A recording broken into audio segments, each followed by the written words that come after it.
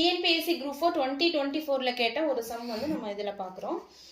ஒரு கித்தானை கொண்டு 700 சென்டிமீட்டர் ஆரமும் 24 மீட்டர் உயரமும் உடைய ஒரு கூம்பு வடிவ கூடாரம் உருவாக்கப்படுகிறதுன்னு சொல்லியிருக்காங்க. செவ்வக வடிவ கித்தானின் அகலம் வந்து 4 மீட்டர். அகலம் அப்படின்னாலும் அதாவது வித்து 4 மீட்டர்னு கொடுத்துருக்காங்க. வித்துனாலும் பிரெத்துனாலும் ஒண்ணுதான். ஓகேவா? அப்புறம் அதனோட நீளம் என்ன அப்படிங்கிறத கொஸ்டின், லென்த் என்ன அப்படிங்கிறத இங்க கொஸ்டின். ஸோ இப்ப பாருங்க, ஒரு செவ்வக வடிவ கித்தானை கொண்டுதான் கூம்பு வடிவ டென்ட் வந்து உருவாக்குறாங்க. அப்படிங்கும்போது இதனோட ஏரியாவும் ஈக்குவலா தான் இருக்கும் இல்லையா?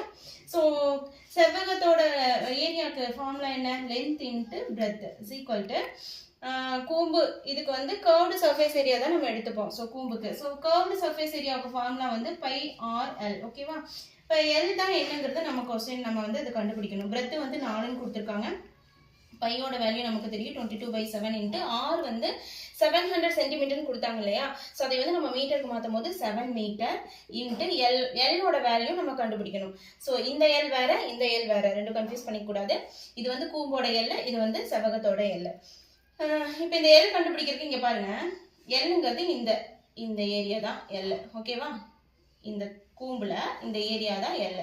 ஸோ இப்போ பார்த்தீங்கன்னா இதை பார்த்தா தெரியுதா? பித்தாகரஸ் தியரம் ஞாபகம் வருதா உங்களுக்கு?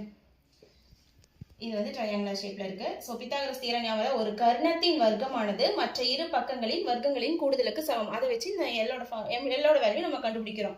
சரியா? ஸோ எல்லோட அதாவது கர்ணத்தின் வர்க்கமானது மற்ற இரு பக்கங்களின் வர்க்கங்களின் கூடுதலுக்கு சமம். 24 ஸ்கொயர் + 7 ஸ்கொயர் வருமா? ஸோ ரூட் ஆஃப் 24 ஸ்கொயர் என்ன? 25 ஸ்கொயர் 625. 24 ஸ்கொயர்ங்கிறது 576. கம்பல்சரி 30 வரைக்கும் ஸ்கொயர் வேல்யூ தெரிஞ்சாதான் சம்மெல்லாம் டக்குன்னு போட முடியும். ஸோ 576 + 7 ஸ்கொயர் வந்து 49.